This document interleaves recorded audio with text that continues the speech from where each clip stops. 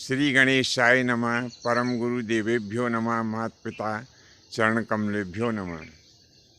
प्रिय बंधुओं, आज हम जो विषय लेकर आपकी सेवा में प्रस्तुत हुए हैं उसमें हम आपको बता रहे हैं कि हमें किन किन का बिल्कुल भी विश्वास नहीं करना चाहिए।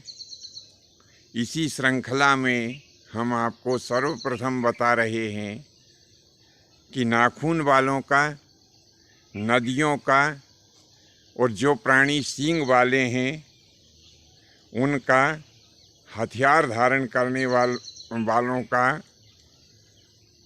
और जो भयभीत रहता है, जो डर जाता है, उसका कभी भी हमें विश्वास नहीं करना चाहिए।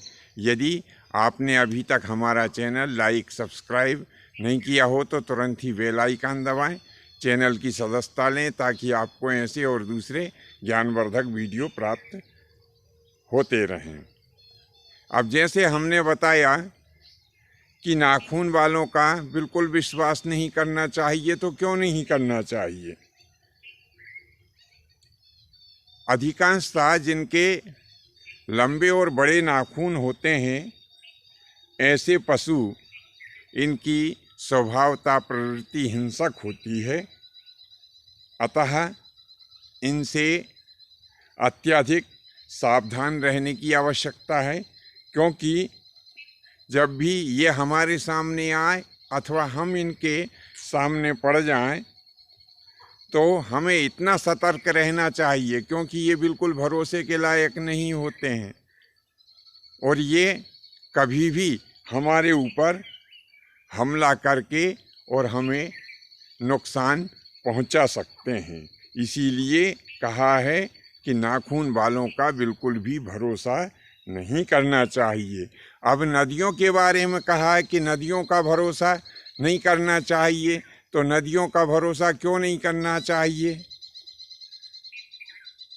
यदि हमें तैरना नहीं आता है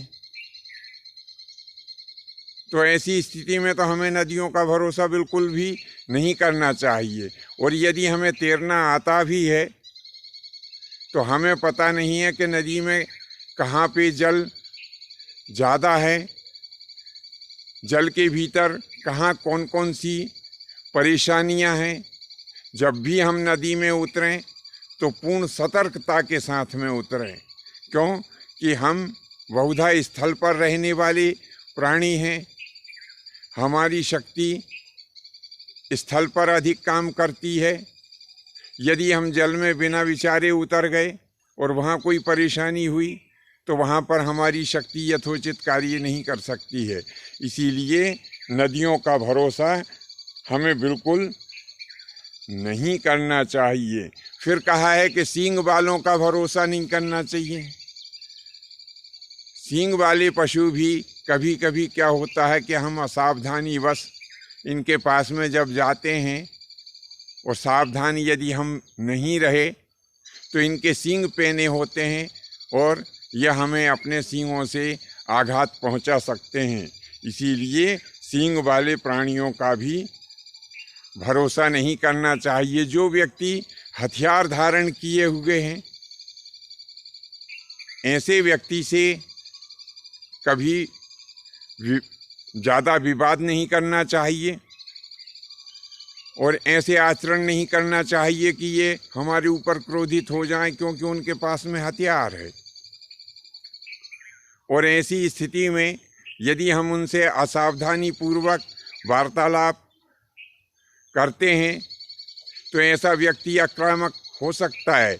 इसीलिए हथियार वालों से भी सदैव हमें सावधान रहने की ज़रूरत है।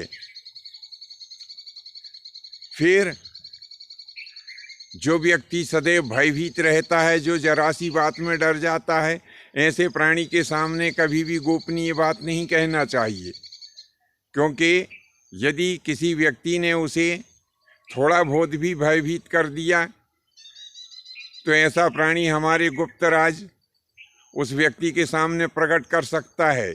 इसीलिए कहा है कि सदैव भयभीत रहने वाले व्यक्ति से भी सावधान रहना चाहिए। इनके सामने कभी भी गोपनीय विषय के संबंध में बात नहीं करना चाहिए। हमारा यह भाग आपको कैसा लगा नीचे कमेंट्स बॉक्स में अवश्य लिखें। आज के लिए बस इतना ही। शेष फिर कभी नए विषय के साथ में उपस्थित होंगे। आज्ञा दीजिए। धन्यवाद। जय माता की, जय परशुराम जी की।